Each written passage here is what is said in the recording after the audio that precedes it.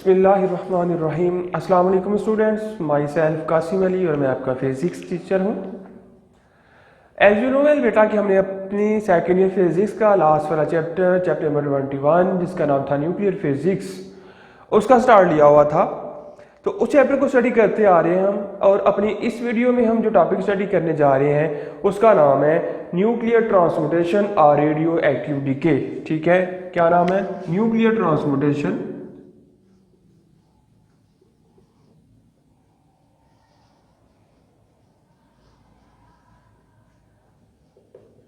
ट्रांसमुटेशन और radio active DK.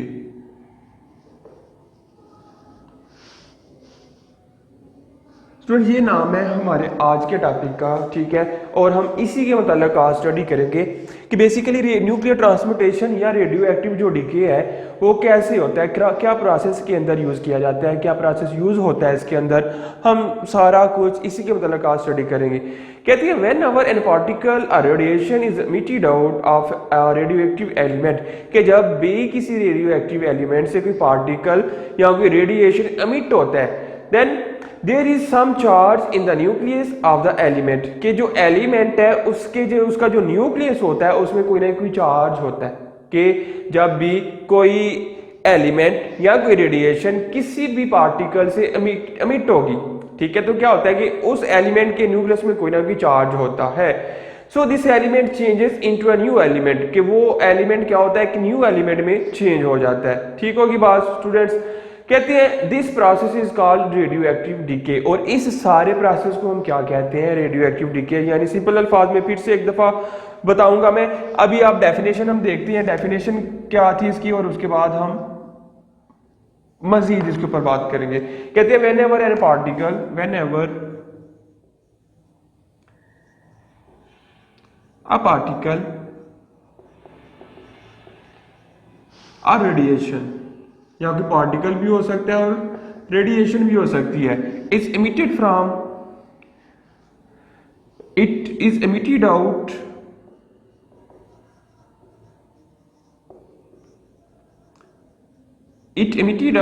from a radioactive element,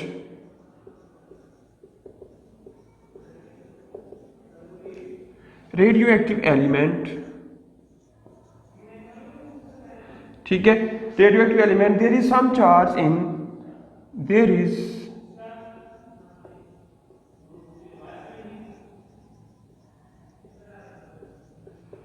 is some charge in the nucleus.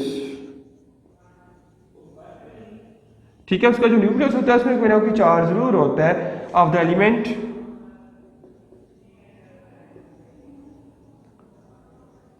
This element is converted into a new element, so this element is converted into a new element, is called radioactive decay। ऐसा process जिसमें किसी भी element से, ठीक है, element से particles या radiation emit हो, तो क्या होता है कि मिसाल के तौर पर अगर हमने कल जैसा कि हमने पढ़ा था यूरेनियम है, ठीक है, उधर से रेडिएशन एमिट होती हैं, और रेडिएशन कौन सी एमिट होती है हमने ये भी पढ़ा हुआ था कि उससे रेडिएशन एमिट हो रही है।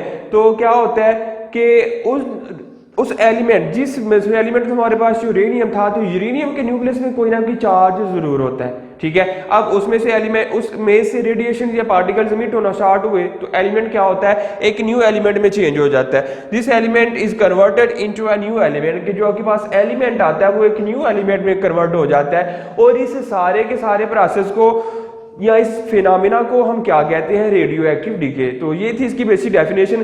फिर कहते हैं दो तरह के एलिमेंट होते हैं, एक पेरेंट एलिमेंट होती है और एक डॉटर एलिमेंट होती है। कहते हैं जो ओरिजिनल एलिमेंट होते हैं वो क्या होते हैं? पेरेंट एलिमेंट होंगे। फिर उन ओरिजिनल एलिमेंट से या पेरेंट एलिमेंट से जो एलिमेंट ड्राइव किए जाते हैं उनको हम क्या कहते हैं? Daughter element. अब ये भी देख लेते हैं, ठीक है, एलिमेंट या रेडिएशन एमिट हुई हमने देख लिया। अब कहते हैं कि जो आपके पास डॉटर एलिमेंट्स हैं वो क्या होते हैं, सॉरी पहले पेरेंट को डिस्कस करते हैं, बाद में डॉटर को आते हैं। Parent element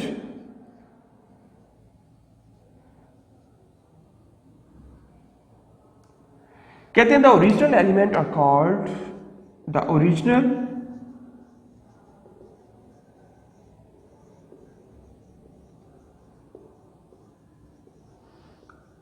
are called parent element. ठीक है, ओरिजिनल जो एलिमेंट होंगे वो क्या कहलाते हैं, पेरेंट एलिमेंट। उसके बाद जो डॉटर एलिमेंट होते हैं,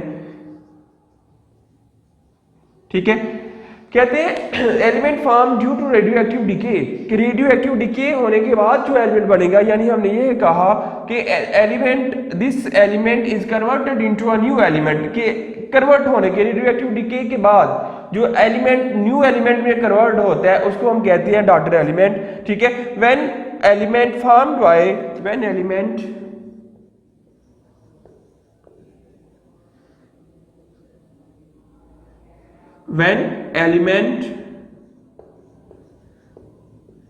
formed by radioactive decay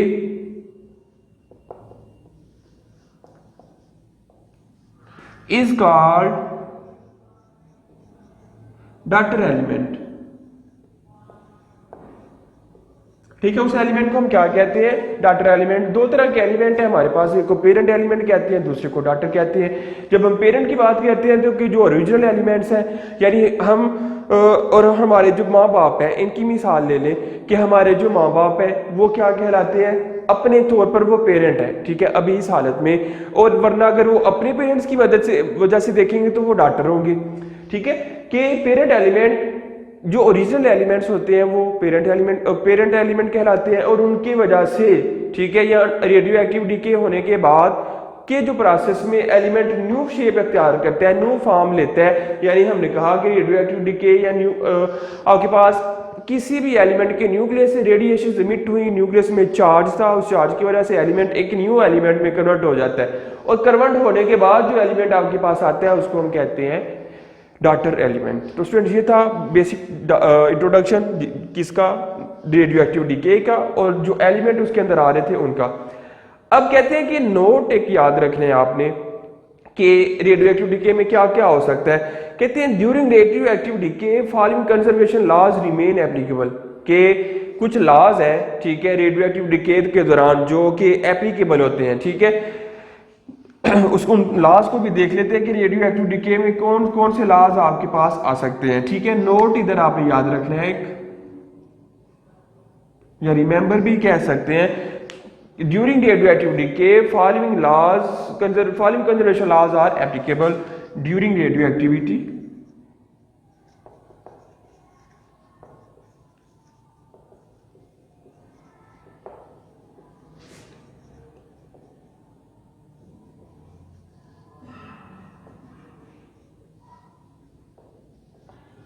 During the radioactive decay, following conservation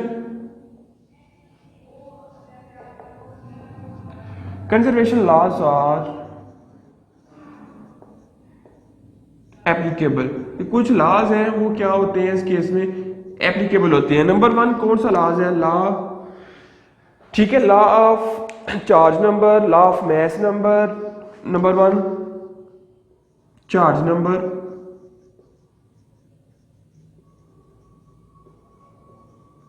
number 2 mass number,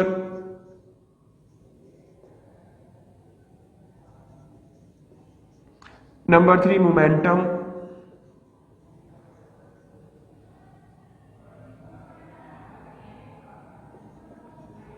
ठीक है, और नंबर 4 लास्ट वाला जो लॉ आपके पास आता है वो आता है मास एनर्जी लॉ।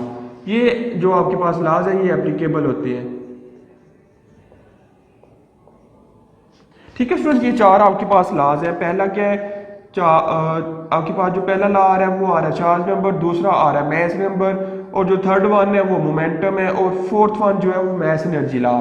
ठीक है, ये 4 किस्म के लॉज हैं जो रेडियो एक्टिव डीके जो प्रोसेस है उसके दौरान एप्लीकेबल होते हैं। ये आपने याद रखना है, एज एमसीक्यूज आपसे पूछा जा सकता है। ठीक है स्टूडेंट्स, फिर कि हमने प्रीवियसली पढ़ा कि जो रेडियो एक्टिविटी प्रोसेस है, ठीक है, हमने रेडियो एक्टिविटी पढ़ा था ना कि ऐसा प्रोसेस जिसमें कोई एक एलिमेंट बजाते खुद, ठीक है, ये स्पॉन्टेनियसली कुछ रेडिएशंस को एमिट करता रहता है, उस प्रोसेस को हमने कहा था कि ये रेडियो एक्टिविटी एलिमेंट है।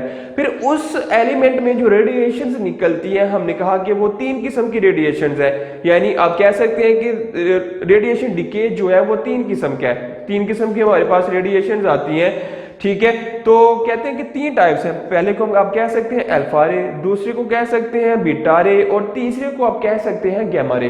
तो स्टूडेंट्स 3 किस्म की आपके पास डिके होती है रेडिएशंस की या पार्टिकल्स की, जो कि किसी भी रेडियो एक्टिव एलिमेंट से होती है। अब कहते हैं कि types of radiation radio activity की जब हम बात करते हैं, टाइप्स ऑफ रेडियो एक्टिविटी,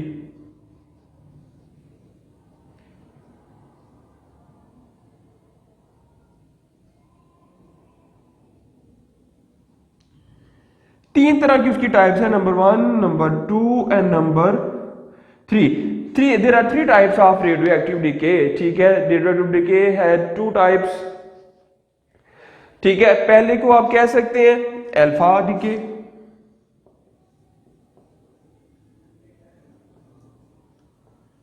दूसरे को आप कह सकते हैं बीटा डिके और थर्ड वन को आप कह सकते हैं गैमा रे।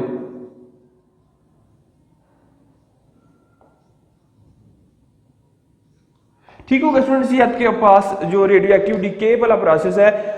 टाइप्स ऑफ रेडियो एक्टिविटी जो आती है, यानी कि जो रेडिएशन एमिट होती हैं उस रेडियो एक्टिव एलिमेंट से, वो 3 तरह की होती हैं। ये पहले भी हमने रेडियो एक्टिविटी में बात की थी। कौन कौन सी? अल्फा डिके हो सकती है, बीटा डिके हो सकती है and third one gamma decay हो सकती है। तो स्टूडेंट्स ये आपने याद रखना है। बेसिकली ये जो आपके पास हमने एक नोट पढ़ा या रिमेंबर के तौर पर हमने एक बात कही कि रेडियो एक्टिव डिके जो होता है उसमें 3 किस्म के लॉज, वो कंजर्वेशन लॉज में वो एप्लीकेबल होते हैं, 4 किस्म के होते हैं बेसिकली। पहला चार्ज नंबर, दूसरा मैस नंबर, थर्ड वन जो आपके पास आता है वो मोमेंटम होता है और फोर्थ वन जो है वो मैस एनर्जी लॉ आपके पास आता है। फिर अगर टाइप्स की बात करते हैं रेडियो एक्टिविटी की, तो देयर आर 3 टाइप्स, यानी alpha decay, beta decay and third one आपके पास आता है गैमा डिके।